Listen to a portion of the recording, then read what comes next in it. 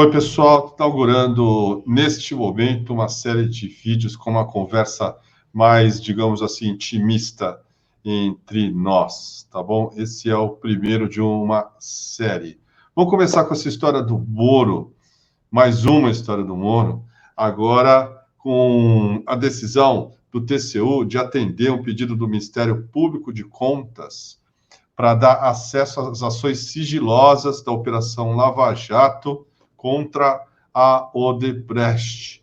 Nesse despacho, o Bruno Dantas, presidente do TCU, afirma que o subprocurador-geral Lucas Rocha Furtado passa a ter acesso integral a tudo que diz respeito à Odebrecht e à famosa Álvares e Marçal, onde o Moro, em tese, trabalhou até novembro do ano passado, em tese. Nessa autorização, o juiz diz o seguinte, que devem ser apurados os prejuízos ocasionados aos cofres públicos pelas operações supostamente ilegais dos membros da Lava Jato de Curitiba e do ex-juiz Sérgio Moro, mediante práticas ilegítimas de revolving door, afetando a empresa Odebrecht S.A. e Lawfare, conduzido contra pessoas investigadas nas operações efetivadas no âmbito da chamada Operação Lava Jato. Bom, o revolving door é um termo que vocês aqui que frequentam o DCM já estão familiarizados. O que é a porta giratória? Quando o sujeito passa aí do serviço público para o privado, atendendo interesses escusos, lobbies, ou vice-versa, do privado para o público. O Moro, a gente sabe, é o sujeito que cuidava, né, de investigar o Odebrecht e foi parar lá na Álvares e Marçal. Bem, o Moro está lutando contra isso com todas as forças. Ele disse que tem um contrato de confidencialidade e é provável que isso não acabe avançando muito, porque tem coisas que a gente só vai conhecer através de uma investigação mais aprofundada, e isso vai ter que partir não do TCU, né? O que acontece ali? A gente tem um consultor no DCM que costuma falar bastante comigo, e na opinião dele, Álvares e Marçal era laranja disso.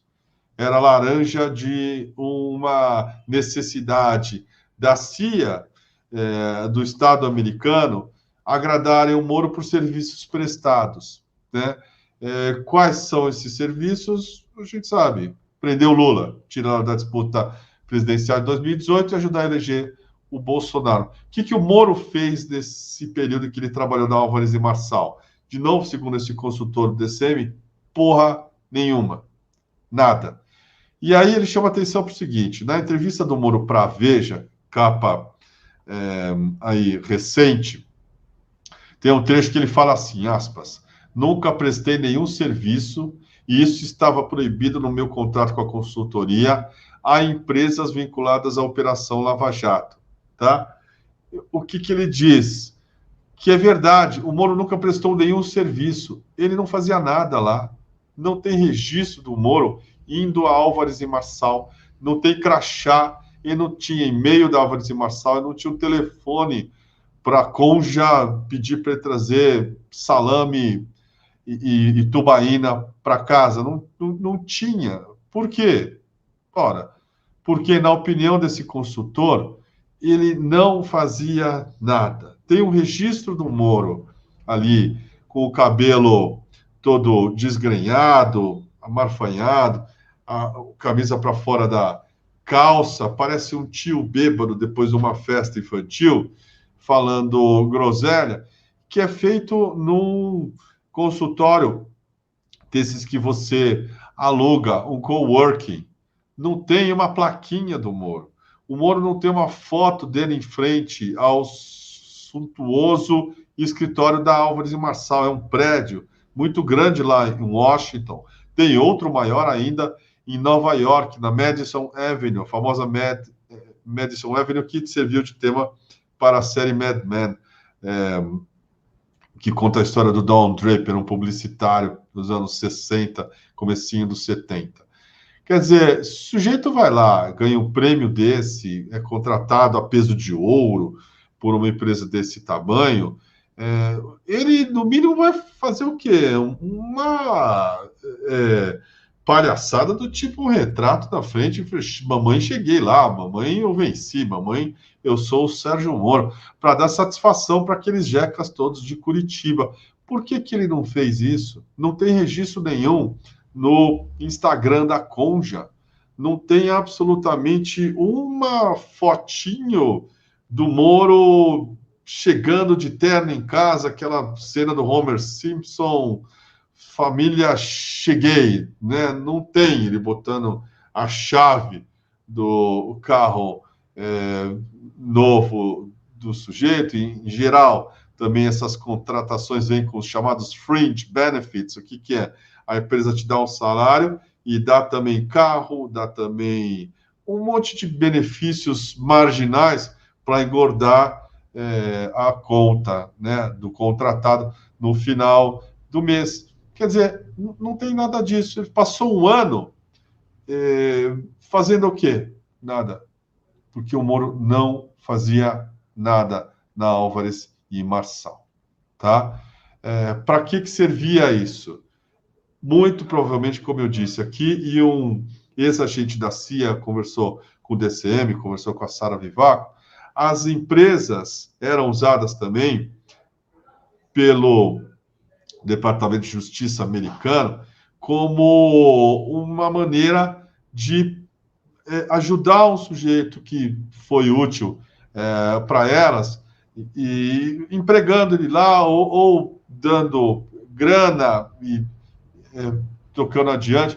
Mas nesse caso aí, desse emprego do Moro, tudo indica que era isso. Por isso, o sujeito corre tanto de uma coisa que deveria ser simples para ele. Qual é o problema do Moro mostrar o Olerite? Olha, eu ganhava $100 mil por mês, está aqui, da Álvares e Marçal, mostrava nesse endereço em Maryland, que é nos arredores de Washington, uma casa muito boa, né? A Conja mostrou a casa vazia depois que eles tinham decidido ir embora. E está aqui, não tenho nada a dever. Quem não deve não teme, não é? Mas o Moro deve e por isso ele teme.